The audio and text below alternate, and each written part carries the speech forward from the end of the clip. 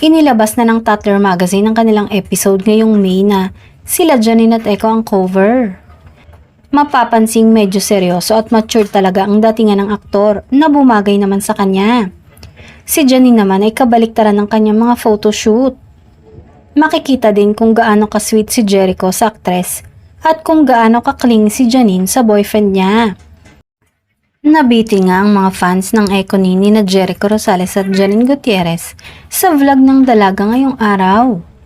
Mga behind the scene photoshoot para sa cover ng Tatler Magazine ang vlog ni Janine at syempre kasama niya ang kanyang boyfriend na si Jericho. Kinilig talaga ang mga nandun sa studio sa kanilang photoshoot at pati mga fans ng Echo ni na nakapanood ng behind the scene ay kinilig din. Kitang-kita din na kinikilig si Janine sa mga titig at haplos ng aktor. Yun nga lang, sabi ng ilang fans ay nabitin talaga sila sa vlog na yun at umaasang sa next naman ay magkasama pa din sila at medyo mahaba na.